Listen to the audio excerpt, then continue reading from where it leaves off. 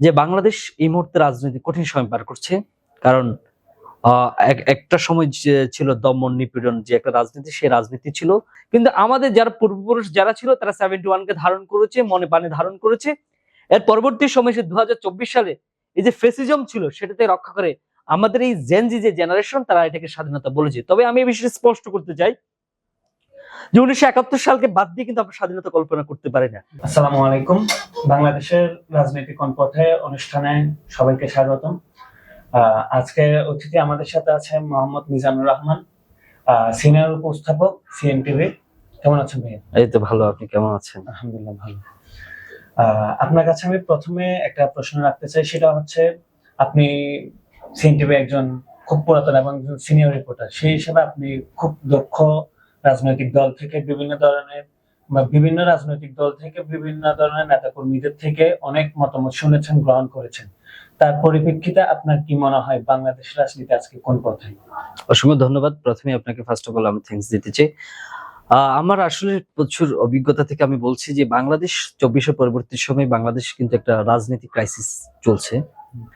কারণ আসলে বাংলাদেশের দীর্ঘ সময় ধরে আমি আসলে যে বিষয়টা আমাদের বিভিন্ন প্রতিনিধি বা যারা রাজনৈতিক যারা সম্পৃক্ততা তাদের থেকে আমি আসলে যে বিষয়টা অবজারভেশন করি, আসলে যে বিষয়টা পেয়েছি, আর আমিও যদি অ্যাজ এ সিটিজেন হিসেবে আসলে যেটা উপলব্ধি করি যে বাংলাদেশ এই মুহূর্তে রাজনৈতিক কঠিন সময় পার করছে।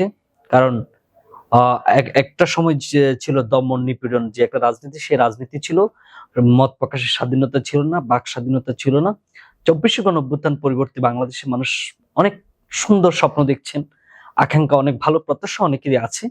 সো কিছু ক্রাইসিস আছে, আমরা মনে করি এটা খুব দ্রুত ওভারকাম করতে পারবে সরকার। আচ্ছা, বর্তমানে দেখা যাচ্ছে বা আমাদের পাঠ্য বইয়ে দেখা যাচ্ছে দ্বিতীয় স্বাধীনতা বলতেছে। আমাদের প্রথম স্বাধীনতা 1971 সালে হয়েছিল এবং দ্বিতীয় স্বাধীনতা বলতেছে 2024 সালে। কেন আমরা 71 সালটাকে কি মানে আঁকড়ে ধরতে পারি না? ওই স্বাধীনতা দিয়ে কি আমরা গণতন্ত্রটা বাস্তবায়ন করতে পারি না? অসংখ্য ধন্যবাদ আপনাকে। স্বাধীনতা, আমরা আসলে রিপাবলিক একটা বিষয় আমরা বারবার আমাদের সামনে চলে এসেছেন যে সেকেন্ড রিপাবলিক, ফার্স্ট রিপাবলিক। একটা দেশ যখন আপনার স্বাধীন হয়, আমরা স্বাধীনতা অর্জন করেছি 1971-এ। সেই স্বাধীনতা ছিল আমাদের সার্বভৌমত্ব স্বাধীনতা, আমাদের অস্তিত্বের লড়াই। এবং একটা দেশ স্বাধীন হওয়ার যে আমরা যে একটা আগ্রাসনে ছিলাম, আর একটা শাসিত অঞ্চলের অধীনে ছিলাম, পাকিস্তানের অধীনে ছিলাম, সেই জায়গাতে আমরা ভূখণ্ডে আলাদা আমাদের নিজস্ব ভূখণ্ড হয়েছে, আমাদের জনগণ হয়েছে এবং স্বাধীন সার্বভৌম বাংলাদেশ নামে আমরা পরিচিত লাভ করেছি। 1971 সাল বাংলাদেশের যে 30 লক্ষ মানুষের রক্তের বিনিময়ে আমরা কিন্তু একটা স্বাধীনতা অর্জন করেছি। 24-এর যে স্বাধীনতা বলছি, 24-এর স্বাধীনতা আমরা অন্য দেশের স্বাধীনতা অর্জন করিনি। 24-এর স্বাধীনতা ছিল আমাদের দেশে ফেসিজম ছিল। মানুষের বারবারই বলে এসছে যে বাক রুদ্ধ করা হয়েছে। স্বাধীনতাকে আমরা ডেফিনেশন এটুকু দিতে চাই যে আমরা freedom of press, freedom of speech, সব জায়গায় যদি আপনার সুযোগ থাকে তখন সেটাকে আমরা স্বাধীনতা বলি। কিন্তু স্বাধীনতাকে আমরা 1971 সাল অর্জন করলো, দীর্ঘ 15 বছর আমরা সেটাকে বাকরুদ্ধ করেছি। যার কারণে আমাদের এই যে জেনারেশন, সেই জেনারেশন কিন্তু 71 দেখেনি, আমি 71 দেখিনি। কিন্তু আমাদের যারা পূর্বপুরুষ যারা ছিল তারা 71 কে ধারণ করেছে, মনে প্রাণে ধারণ করেছে। এর পরবর্তী সময় সে 2024 সালে এই যে ফেসিজম ছিল সেটাতে রক্ষা করে আমাদের এই জেনজি যে জেনারেশন তারা এটাকে স্বাধীনতা বলেছে। তবে আমি এই বিষয়ে স্পষ্ট করতে চাই যে 1971 সালকে বাদ দিয়ে কিন্তু আমরা স্বাধীনতা কল্পনা করতে পারি না। আমাদের 52-এর ইতিহাস আছে, আমাদের 47-এর ইতিহাস আছে, আমাদের 1969-এর গণঅভ্যুত্থান আছে, 1971 সালের স্বাধীনতা আছে। তারপর 90-এর কিন্তু একটা স্বৈরাচার আন্দোলনে কিন্তু একটা স্বাধীনতা আমরা পেয়েছি। এরশাদ তৎকালীন সময় এরশাদ ছিল, স্বৈর শাসক ছিল, তখনই কিন্তু আমাদের স্বাধীনতা হয়েছে। তবে 1971 হলো আমাদের মূল স্পিরিট। 1971 কে ভুলে গিয়ে আমরা যে 24-এর যে গণঅভ্যুত্থান সেটাকে আমরা যদি মনে করি, কিন্তু সেটা হবে না। 24-এর গণঅভ্যুত্থান থাকবে, 24-এর গণঅভ্যুত্থান স্পিরিট থাকবে, কিন্তু 1971 সালকে ভুলে না। তবে আমরা যে অতীতে যে বিষয়টা লক্ষ্য করেছি, 1971 সালকে নিয়ে কিন্তু রাজনীতি হতো। কথায় কথায় 71 আমরা ফ্রিডম ফাইটার ছিল, আমাদের দেশের স্বাধীনতা আমরা অক্ষুণ্ণ করছি, যা আমাদের অনেক অগ্রাধিকার দিতে হবে। কথা কথায় 71-এর একটা বিষয় চলে এসেছে, সেই বিষয়টা থেকে বেরিয়ে আমরা আসার চেষ্টা করছি। কারণ আমাদের 71 আমাদের ইতিহাস, ঐতিহ্য, বাংলাদেশ স্বাধীনতা সার্বভৌমত্বের সাথে জড়িত। 71-এর পরে কিন্তু আমরা বাংলাদেশ নামক একটা স্বাধীন রাষ্ট্র আমরা অর্জন করছি। আজকে যে স্বাধীনতা যে আমরা বলছি, স্বাধীন ফ্রিডম যে বলছি, কিন্তু 71 থেকে ফ্রিডম হয়েছে। কিন্তু এরপরে কিন্তু আমরা একটা শাসিত সরকার আমাদেরকে বাকরুদ্ধ করেছি, সেই জায়গাতে আমরা একটা স্বাধীন হয়েছি। সো কিছুটা তফাৎ আছে এখানে। ধন্যবাদ। আমার দ্বিতীয় প্রশ্ন হচ্ছে আপনার কাছে বাংলাদেশের রাজনীতির অবস্থা নিয়ে। রাজনীতির অস্থিরতা কি বাংলাদেশের অর্থনীতিতে কি ধরনের প্রভাব ফেলছে বলে আপনি মনে করেন? ডেফিনেটলি। আর ইনফ্যাক্ট আমরা যদি বলি পৃথিবীতে যে আপনার অনেক দেশ আছে রাজনৈতিক স্থিতিশীল একটা ব্যাপার আছে। আপনি যদি অর্থনীতির স্টুডেন্ট হয়ে থাকেন আপনি নিশ্চয়ই বুঝবেন যে আসলে একটা দেশ একটা দেশের উপর যখন বিনিয়োগ করবে ইনভেস্ট করবে সে চিন্তা করে আপনার রাজনৈতিক স্থিতিশীল আছে কিনা, পলিটিক্স স্টেবল কিনা। পলিটিক্স যদি স্টেবল না থাকে আপনার অন্য দেশ সেই দেশের প্রতি বিনিয়োগের যে জায়গাটা তারা বিনিয়োগ করতে চায় না। এই মুহূর্তে বাংলাদেশ যেহেতু ইন্টারিম পিরিয়ড চলছে, অন্তর্বর্তীকালীন সরকার, এই সরকার আমরা সকলেই সমর্থিত একটা সরকার আমরা বলবো, বাট গণতন্ত্র পলিটিক্যালি আসে না, কিন্তু আমরা তো এই সরকারকে সমর্থন করি প্রত্যক্ষ এবং পরোক্ষভাবে। তো সেই জায়গা থেকে বিনিয়োগের যে ব্যাপারটা আমি প্রথমেই বলছি যে আমাদের দেশে এখন বিনিয়োগের পরিমাণ খুব কমে গেছে, কারণ একটা রাজনৈতিক স্থিতিশীল সরকার ছাড়া বিদেশি গুলো বিনিয়োগ করতে চায় না। এরপরে কিন্তু আসলে ডক্টর ইউনূস সাহেব যে আসলে বাংলাদেশকে আসলে তলাবিহীন ঝুড়ির মতো করে রেখেছে। যে আমরা যদি বিষয়টা বলতে পারি, মালয়েশিয়া আমাদের দেশ থেকে প্রায় 2 ঘন্টার একটা দেশ, তাদের স্বাধীনতা মেবি আমাদের আগে হয়েছে, আমাদের 2-4 বছর আগে হয়েছে। আজকে মালয়েশিয়া ফার্স্ট ওয়ার্ল্ড কান্ট্রির মধ্যে চলে গেছে। আমাদের দেশ থেকে কিন্তু মালয়েশিয়ার মানুষ যে কাজ করে আমাদের রেমিটেন্স পাঠাচ্ছে, কিন্তু 4-5 বছর ব্যবধানে কিন্তু আমাদের বাংলাদেশ স্বাধীন হয়েছে। যে মালয়েশিয়া স্বাধীন হয়েছে 4-5 বছর আগে বা কিছু সামথিং এর আগে হবে, সে মালয়েশিয়া আজকে পৃথিবীর রোল মডেল। সে মালয়েশিয়ার রেমিটেন্স মালয়েশিয়া বিভিন্ন দেশে পাঠাচ্ছে।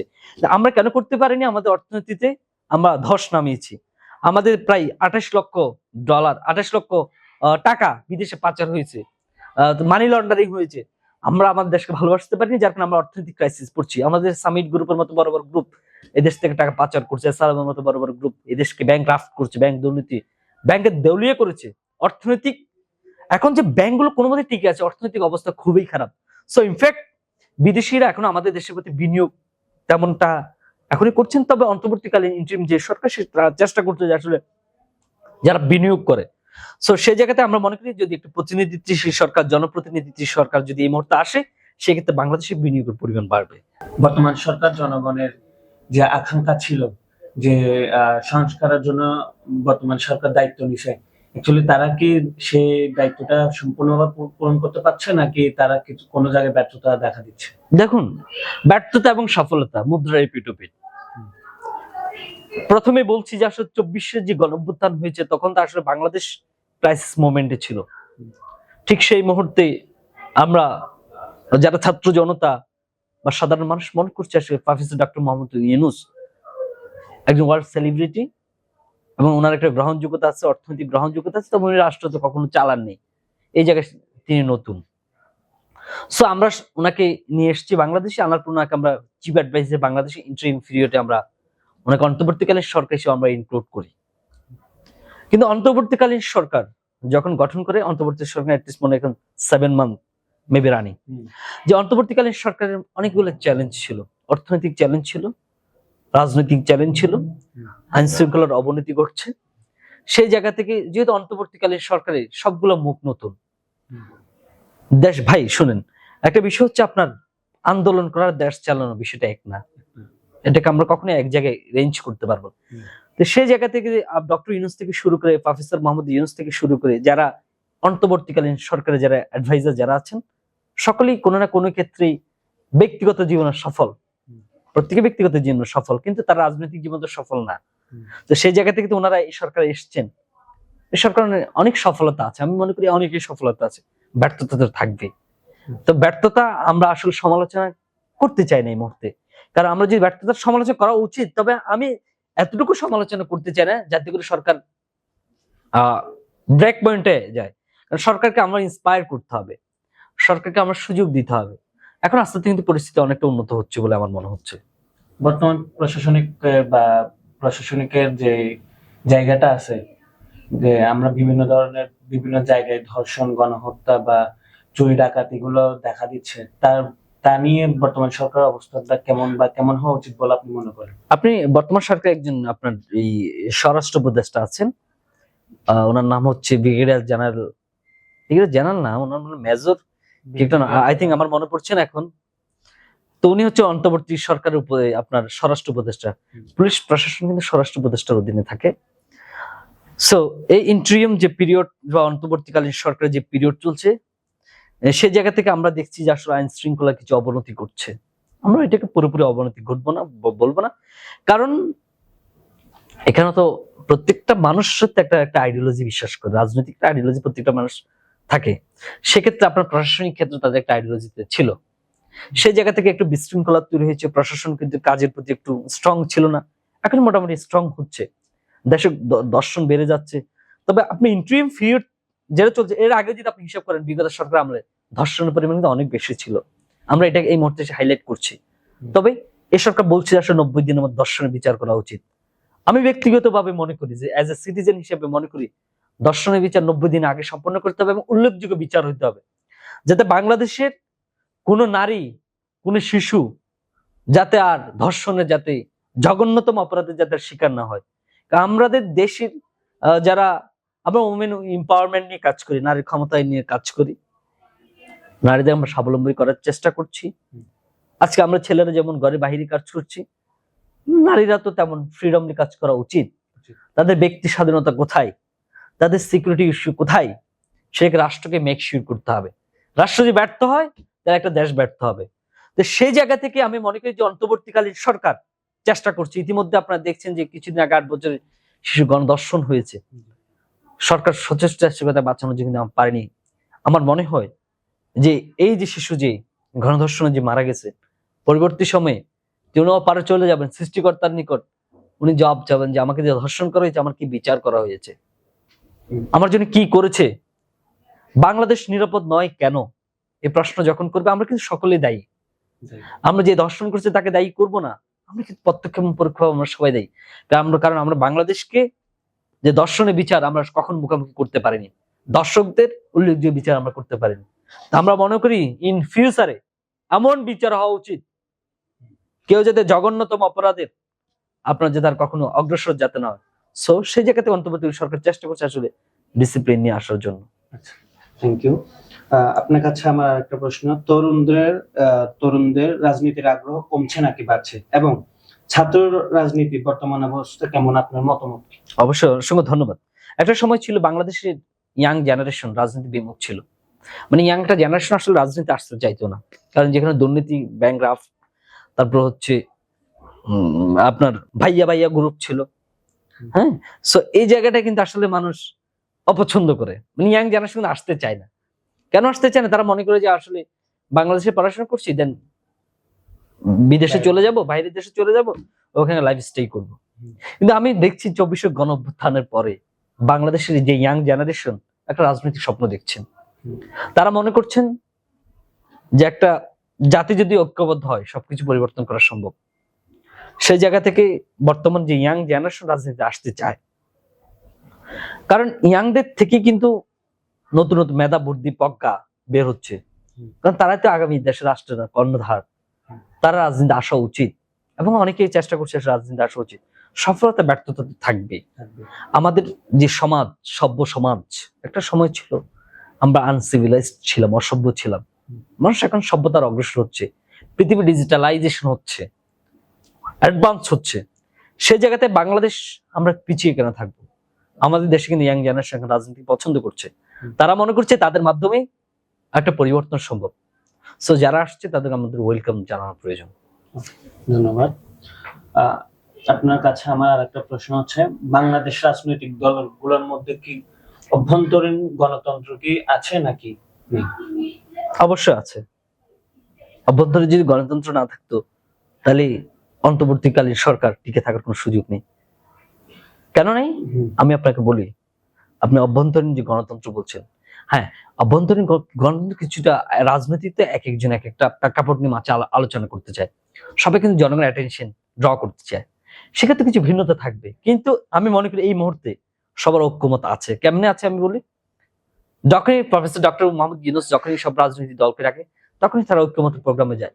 কালকে আপনারা দেখেছেন যে আমাদের দেশে জাতিসংঘের সেক্রেটারি জেনারেল, মহাসচিব বাংলাদেশে এসেছেন এবং তিনি রাজনৈতিক দলকে নিজেই ডেকেছেন। সেই জায়গাতে সব দল কিন্তু গিয়েছে, তাদের জায়গা থেকে তারা পরিষ্কার করেছে। তারা বলেনি প্রফেসর ইউনূসকে সরে যাওয়ার জন্য, তারা বলেছে বাংলার অর্থনৈতিক কথা বলেছেন, বাংলাদেশে যে হিউম্যান রাইটস মানবাধিকার লঙ্ঘন হয়েছে সেই জায়গা থেকে বলেছেন, দীর্ঘ সময় ধরে বাংলাদেশ হিউম্যান রাইটস ব্রেক হয়েছে, লঙ্ঘন হয়েছে সেই জায়গাতে বলছেন। তো ডেমোক্রেসি আসলে মাইন্ডসেটের বিষয়। গণতন্ত্র হচ্ছে আপনার মাইন্ডসেট ভালো থাকবে, ডেমোক্রেসি প্র্যাকটিস করতে পারবেন। পৃথিবীতে অনেক দেশ আছে যেখানে ডেমোক্রেসি প্র্যাকটিস হয়, মানে প্র্যাকটিক্যালি লার্নিং হয়, কিন্তু আমাদের দেশে হয়তো ইন ফিউচারে আসবে, প্র্যাকটিস হবে। কিন্তু গণতন্ত্র হচ্ছে এক একজন, ধরেন রাজনৈতিক অন্তঃকোন্দল না থাকলে, আমি যদি আপনার ফ্রিডমটা যদি প্রকাশ করতে না পারি, তাহলে তো এটা গণতন্ত্র না। By the people, of the people, for the people. ডেমোক্রেসির সংজ্ঞাটা হচ্ছে এমন, আব্রাহাম লিঙ্কন দিয়েছেন, by the people, of the people, for the people. জনগণ কর্তৃক জনগণ শাসিত সরকারই হচ্ছে ডেমোক্রেসি বা গণতন্ত্র। তো সেই জায়গা থেকে আমরা মনে করি যে রাজনৈতিক জায়গায় অন্তঃকোন্দল থাকতে পারে, বক্তব্য ভিন্নতা হতে পারে, এটা কিন্তু ডেমোক্রেসি একটা পার্ট। সো ঐক্যমতের যে জায়গাতে আমরা মনে করি এখন পর্যন্ত ঐক্যমত আছে। যেহেতু আপনি ডেমোক্রেসির কথা বলছেন, বর্তমান দেখা যায় বিগত সরকার যে আওয়ামী লীগ ছিল, বর্তমান সময় কেউ যদি আওয়ামী লীগ করে ওইরকম যদি জনগণ জানতে পারে, তাকে গণপিটুনি দেওয়া হয় বা আইনি আপনার প্রশাসনের হাতে তুলে দেওয়া হয়। তো একটা মানুষ কি তার মতামত প্রকাশ করতে পারবে না যে ও প্রিভিয়াস সরকারের আওয়ামী লীগ সরকারের আপনার কি একটা কর্মী ছিল বা সদস্য ছিল? একটা জনগণের তো একটা অধিকারের মধ্যে পড়ে, সে একটা দলের সাপোর্ট করবে। এখন ওই দলটাই দোষ করছে বলে কি সাপোর্টার কি দোষ হয়ে মানে দোষী সাব্যস্ত হয়ে যায় এরকম কিছু? নজরুল, ধন্যবাদ। বাংলাদেশ আসলে আওয়ামী লীগ যে সরকার, আওয়ামী লীগ সরকার তো বাংলাদেশের জনগণ আছে মানে ঘৃণিত হয়ে গেছে এখন এই মুহূর্তে। কেন ঘৃণিত হয়েছেন? আওয়ামী লীগ সরকার আগে পরে আসবে, তবেই আওয়ামী লীগের নির্দেশনায় যে অনেক ছাত্র জনতা মারা গিয়েছেন, তারা তো আসলে গণতন্ত্রকে জবাই করে দিয়েছেন, হত্যা করেছেন। তো সেই জায়গা থেকে আমি মনে করি আসলে সকল ফ্রিডম অফ স্পিচ থাকা প্রয়োজন, ফ্রিডম প্রেস যেমন থাকা প্রয়োজন, সে যে ফ্রিডম স্পিচ দেওয়া প্রয়োজন। মব জাস্টিসের ব্যাপারে কিন্তু আমরা এই সরকার কিন্তু সচেতন, মব জাস্টিস যাতে কেউ তাদের আসলে মব জাস্টিস শিকার নয়। আওয়ামী লীগ করছে বলে কিন্তু সবাই খারাপ না, ভালো তো আছে না, সমর্থন আছে। যে অন্যায় করে, যে অন্যায় সয়, দুজন কিন্তু সমান অপরাধী। আওয়ামী লীগ সরকার অন্যায় করছে অনেক, তো সে অন্যায়ের কিন্তু আমরা ছাত্র জনতা প্রতিবাদ করেছি, কারণ বলছে যে অন্যায় সয়, যে অন্যায় করে, দুজন সমান অপরাধী। তো সেই জায়গা থেকে আমি মনে করি যদি আওয়ামী লীগের যেমন কোনো সমর্থক থাকে যে আসলে কখনো অন্যায় করেনি, পাবলিক সেন্স যদি মনে হয় অন্যায় করেনি, সেই জায়গাতে আমি মনে করি তাকে তার স্বাধীনতা হরণ করা আমাদের এক ধরনের গণতন্ত্রের প্রতি অপ্রতিরোধ্য। তবে আওয়ামী লীগ সরকারের বিচার আসলে জনগণ করবে, নিরপেক্ষতার জায়গা তাদের কতটুকু, তাদের কি হওয়া উচিত, তারা কোথায় যাবে, তারা ডেমোক্রেসি কেমন রেখেছে, সেটা জনগণ জাজ করবে। আমি যেমন জাজ করতে পারি, আমার সামগ্রিকভাবে একটা জনগণ মেজরিটি পার্সেন্ট যেটা সাপোর্ট করে সেটা কিন্তু আসলে ডেমোক্রেসির পার্ট। সো জনগণ মেক শিওর করবে এটা। Thank you. গতকাল জাতিসংঘের মহাসচিব প্রেস ব্রিফিং এ বলেছে যে আগামী নির্বাচন পৃথিবীতে নজির সৃষ্টি করবে। এই নির্বাচনে কি আওয়ামী লীগ অংশগ্রহণ করা উচিত বলে আপনি মনে করেন? আওয়ামী লীগ নির্বাচন অংশগ্রহণ করবে কিনা করবে সে কিন্তু সবে কিন্তু কৌশলী একটা অবস্থান আছে। আওয়ামী লীগ আমি কিছুক্ষণ আগেই আপনাকে বলেছি যে আসলে তারা যে নৈরাজ্যিক হত্যাকাণ্ড করেছেন, তারপর হচ্ছে মানুষকে গুলি করেছেন। আপনার ফ্যামিলি যদি একদম মারা যেত, তাহলে আপনি হয়তো এই জায়গায় বসে অবজার্ভ করতে পারতেন যে আওয়ামী লীগকে আসলে আসা উচিত। আমার ফ্যামিলি যদি একজন মানুষ মারা যেত, আমার ফ্যামিলি মারা যায়নি কিন্তু আমার ভাই মারা গেছে, বন্ধু মারা গেছে, অনেক কিছু মারা গেছে। আজকে তাকাই দেখেন তাদের ফ্যামিলির অবস্থা কি। আপনার ফ্যামিলি যদি আপনি না থাকেন, আপনার ফ্যামিলির অবস্থা কি হবে? আপনার ফ্যামিলি কেন তাদেরকে চাইবে? এনি পলিটিক্যাল পার্টি হোক, আপনি যখন হারাবেন, হারানোর বেদনা শুধু আপনি বুঝবেন, পৃথিবীতে আর কেউ বুঝবে না। সো আওয়ামী লীগ ফিরে আসবে কি আসবে না, আওয়ামী লীগ কি নির্বাচনে অংশগ্রহণ করবে কি করবে না, সেটা জনগণই বিচার করবে এবং সে জায়গাতে নির্বাচন কমিশন ঠিক করবে। বাংলাদেশে এখন একটা নির্বাচন কমিশন আছে। নির্বাচন কমিশন হলো সংস্কার হয়েছে, রিফর্ম হয়েছে এবং স্বাধীন নিরপেক্ষ একটা কমিশন। কমিশন বিচার করবে যে আওয়ামী লীগ আসবে কিনা। তবে আমি এই কথা বলেছি, আপনার ফ্যামিলিতে যে মারা যেত, তখন আপনি আজকে এই জায়গায় বসে বুঝতেন যে আওয়ামী লীগ আসা উচিত নাকি উচিত না। আপনার ফ্যামিলি যখন ক্ষতিগ্রস্ত হতো, অনেক ফ্যামিলি আছে শুধু একজন ছেলে ছিল পরিবারের রোজগার করার মতো, সেই ছেলেও কিন্তু তারা হারিয়েছেন। অথবা দেখা গেছে তার পা পঙ্গুত্ব হয়েছে, পা চলে গেছে, হাড্ডি চলে গেছে, এবং সে ছেলেকে চালানোর জন্য তো অনেক টাকা খরচ করতে হচ্ছে। তারা প্রতিদিন তাদের কান্না, আকাশ ভারী হয়ে যাচ্ছে, কান্না করছে রাতে নিষেধ, আমরা দেখছি না, আমরা তাদের পাশে কিন্তু যাইনি, আমরা বুঝতে পারি না, আমরা হয়তো বসে বসে কথা বলছি। আপনি যখন ক্লোজলি তখন যাবেন, তখন আপনি চিন্তা করবেন কেমন ছিল সে সময়গুলো। এবং আমরা মনে করি আসলে এই দেশের জনগণই আসলে সে বিচার করবে আসলে কেমন হওয়া উচিত, কি করা উচিত, সেটাই। Thank you. আমরা শেষের দিকে চলে এসেছি। আপনার কাছে আমার আর একটা প্রশ্ন থাকবে, সেটা হচ্ছে বর্তমান সরকার ও বিরোধী দলের কার্যক্রম কিভাবে প্রভাব ফেলছে বাংলাদেশের জনগণের উপর, বর্তমান সরকার এবং বিরোধী দলের কার্যক্রমগুলো। এখন আসলে বিরোধী দল আসলে কেউ ভূমিকা নাই, সরকার আছে, সরকারকে তার কেউ বিরোধিতা করছে না, সরকার করছে, বিরোধিতা করছে বলতে এই মুহূর্তে যে সরকারের যে যে জায়গাগুলো সরকার চ্যালেঞ্জ মনে হচ্ছে, যে যে জায়গাগুলো সরকার ওভারকাম করতে পারবে না বলে মনে হচ্ছে, সেই জায়গায় আসলে যে দলগুলো আছে সেই জায়গায় তাদের সচেতন করছেন। So, প্রত্যেক দলে কিন্তু আসলে মোটামুটি একটা গণতন্ত্র চর্চা করতে পারছেন। যেমন আপনি যদি আজকে ফেসবুকে দেখেন, সোশ্যাল মিডিয়া অনেক দল বলছে যে আমরা গত 15 বছর এবার মুক্ত পরিবেশে কখনো ইফতার করতে পারিনি, আজকে আমরা ইফতার করতে পারছি। তো সেই জায়গা থেকে আমি মনে করি প্রশাসনিক ভাবে, রাজনৈতিক ভাবে প্রত্যেকের সাথে একজন মত পার্থক্য কিছু একটা থাকতে পারে, কিন্তু অনেক পরিবর্তন হয়েছে। সুপ্রিয় দর্শক, আজকে আমাদের প্রোগ্রামটা এতটুকুই। আগামীবার দেখা হবে নতুন একজন গেস্টের সাথে।